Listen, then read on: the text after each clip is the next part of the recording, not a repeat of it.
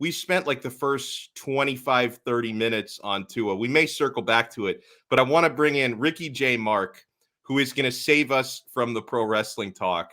It is my fault because I went there, but Ricky J. Marc here from the 5 Reasons Sports Network joins us now on Dono Daily. Ricky, I'm sorry to let you down. I'm sorry I made your lead in pro wrestling talk. I like pro wrestling actually. I just hated WWE for the longest time. It's just mad disappointing. You know what? We can do a pro wrestling conversation at some point. Cried and when CM Punk came back. Were you one of those? Oh no, absolutely not, but I did feel chills. I did. Okay. I understand what he means to the business and how, especially once he went into his promo about how he left pro wrestling when he left Ring of Honor. That was a huge shot at WWE. But I guess that's for another time. We can do that another time. Now, I do want to get into some Heat stuff with you, but before that, do I have this correct? Because if this is correct, we have a lot to talk about. Are you a Manchester City fan? Absolutely. Okay, So this is a big day because Cristiano Ronaldo is trying to force a move from Juventus to Man City. Okay. Oh, and here we go. Sky appear to be quite behind on the. Yeah, and that's my guy Gianluca Di Marzio from Sky Italy, who's usually on top of this stuff. They appear to be quite behind on Cristiano Ronaldo to Man City saga. PSG have no intention of going there. Player has agreed personal terms with the Premier League side, as now per Di Marzio and others. So listen, Cristiano. Obviously, I've been watching him. I'm an Inter Milan fan, so I've been watching him at Juventus very closely the last 3 seasons. I banter the guy a lot, but like Ricky, the reality for Cristiano at Juventus is he hurt Juventus more for contractual reasons because they don't have Manchester City type money or PSG type money, right? So the fact that they were paying Ronaldo 60 million euros net in wages was taking away from the rest of the squad, right? Where I don't believe Manchester City will have any problem paying him and having an incredible loaded squad. So how excited are you by the possibility of Cristiano and then also rubbing it in the faces of Manchester United fans? So I'm going to be completely honest with you. I have zero excitement because ever since Pep Guardiola came to City back in 2016, we've been linked to many great players time and again, only for them to not show up. So for example, whenever my brother Felipe and we talk about Man City and stuff like that, there's a quote that he and I often use, and it's basically, until he's taking photos holding up the Man City shirt, he's not a Man City player. If I had $1 for every time a star player agreed to terms with Man City only to not show up, I wouldn't be in crippling debt due to law school. So I wouldn't. Matter of fact, I would have flown back to Paris today on a private jet, but no. Yeah, and Messi being a recent one who obviously wound up in Paris, but he was linked heavily last year to Manchester City. So I get but that. But they messed up the timing. They incorrectly assumed that the judge would take the pandemic into account when factoring in opt-out clauses and all that other stuff, but that was a faux pas on Messi's part. If he really wanted to leave, he should have left the team when he should have, the same way Cavani left PSG midway through their Champions League campaign.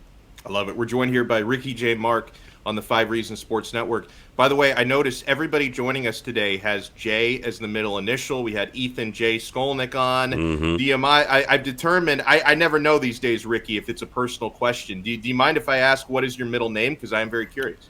My middle name is Jamil. It's my dad's name. People were actually guessing. Somebody guessed Jacques. But no, No. Ricky Jamil Marc. I like it. I want to talk some Heat with you, Ricky. Sure. And this is something that the guys at the network have been all over this. The last couple of weeks, the Heat don't get a Christmas Day game. I feel they're being disrespected and slept on with the national TV schedule as well.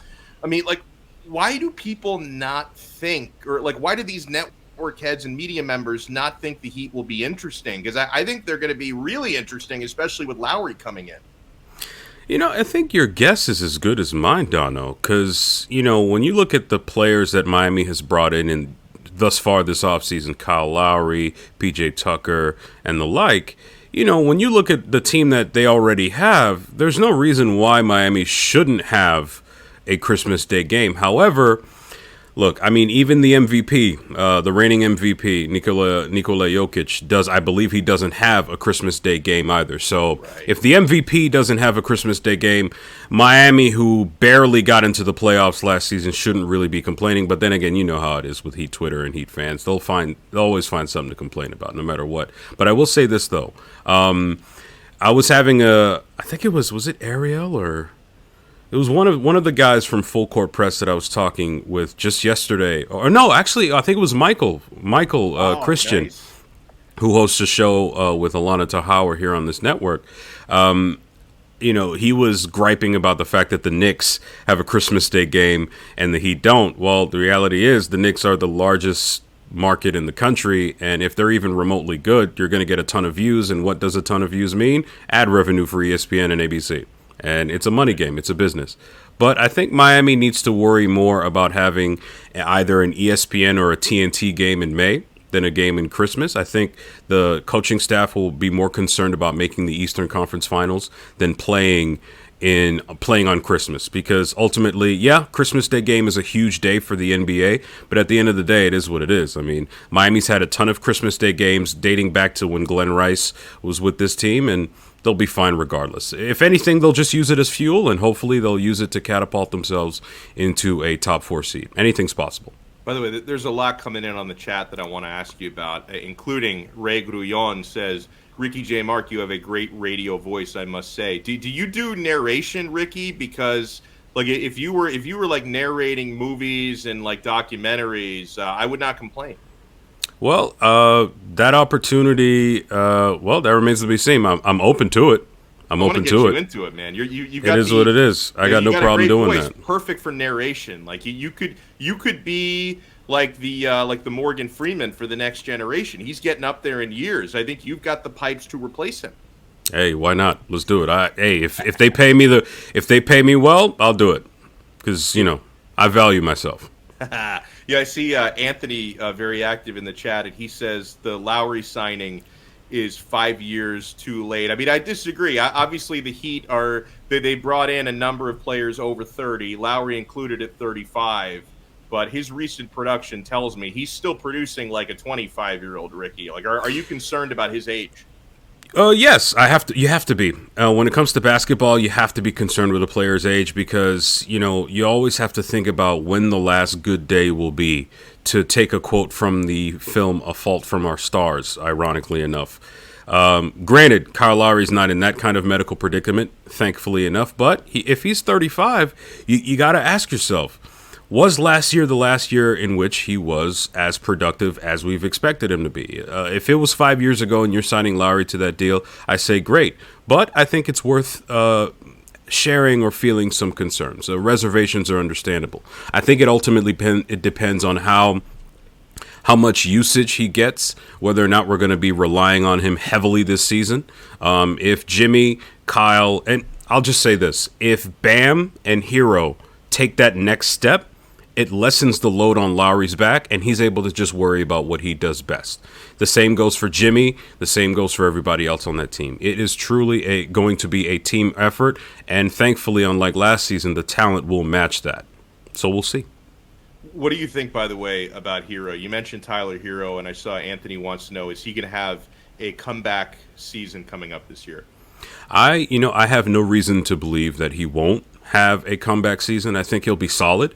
I think we mentioned this the last time I was on with you. I'm not expecting a hero. I'm expecting just a solid third-year guard that will give you a little bit of everything. We saw some strides in rebounding on his part earlier last season before the COVID pandemic really struck the team after they played that game with the Wizards. I think if he continues to work on his game and he's able to get his head focused on what matters, then this team will be a lot deeper than they seem at first. I think Hero will be just fine. I'm very optimistic about what he presents, but if he doesn't perform, we know what this team is about. We know what Riley is about. If he smells blood in the water, he will move the players necessary in order to get that championship opportunity. I told people last season, right around the trade deadline before we got Victor Oladipo, who is also someone we need to focus on. Don't get too attached to some of these players like we got attached to guys like Josh Richardson and Justice Winslow and Hassan Whiteside back when they were all productive. Just don't get attached. Understand that this is a business and this team wants to win more than you do. That's why they're in this position. Well said. By the way, we're getting Champions League draw updates from Manny, and there's some things that affect Ricky, me, and Manny. I'm an Inter Milan fan, Ricky a Manchester City fan, Manny a Real Madrid fan. Real Madrid and Inter are in the same group for the second straight year. Manny, have they done, so I'm guessing those are pots 1 and 2. Have they done 3 and 4 yet, or are we still waiting for the full group? And PSG and Man City are in the same group. Really? Oh, yeah, and obviously PSG is the team, they were in pot 2 because they didn't even win Ligue 1 last year. Oh, wow. And that was a team nobody wanted to draw because PSG have spent like 600 million euros in the transfer. They were already good, and now they're completely stacked. Is that stacked. right? Woo. Oh, that is going to be interesting. Okay.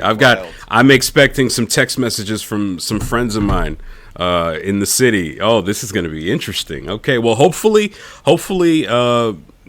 Manchester City are willing and able to, well, they're able. Hopefully they're willing to pay whatever fee, $25 million for Cristiano Ronaldo, if that's what it ultimately comes down to. Because, look, they were about to spend $150 million on Harry Kane.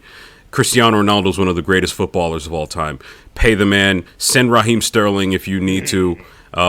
Just do what needs to be done to get this GOAT, this living GOAT. And I will say this also, and not to get too dark, but I personally am ashamed of these reports coming out of Manchester right now with regards to Benjamin Mendy. Oh, apparently my God. I saw that right before the show. Terrible. Yeah. I was already fed up with his antics before all this happened. I just hope that justice is served and that the right facts come out. And since we don't know, I'm not necessarily going to cast any judgments.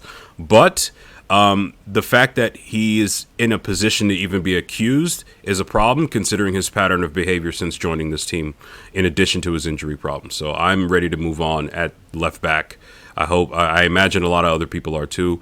But this PSG City matchup in Champions League in the group stages, that's going to be very interesting. We've got a great year of sports ahead of us. Well said, man. Really, really well said. And God, we covered a lot of ground, from pro wrestling to Champions League, Miami Heat. And I didn't even – the next time I bring you on, Ricky, I want to talk some crypto because I know you're super into it. We're in the crypto clique together. All these NFTs and the Socios fan tokens. Do you own any fan tokens?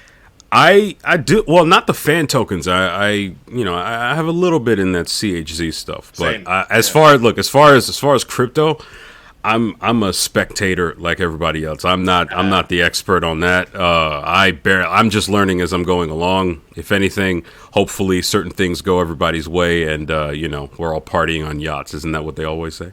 Absolutely, yeah. I think our guy Smoot, who's so into the NFT game, he's already got like 3 yachts, I think. Hey, and everyone watching, they see where to follow Ricky on Twitter, at RickyJMarc. Do you have anything you want to promote the next time we'll see you or hear you or both here on the network? As for me right now, subscribe to RJM Radio. We're getting ready to try to relaunch. It's been a wild few months. We've been having some development hiccups, but we're getting ready to do that again. RJM Radio is available on all podcast platforms. I'll give a shout out to Full Court Press. I'll give a shout out to the Clutch Corner, the first episode of the Council of Kings edition of the Clutch Corner was on just last night. Go on our YouTube channel, which if you're watching this right now, you can already see it. Not only that, I don't know, just be good. Wear a mask, get vaccinated. That's the only thing I can plug, really. It's beyond me. Love it. Ricky J. Marc, thank you so much, man. Enjoy the rest of your week and your weekend coming up. All right, you too, man.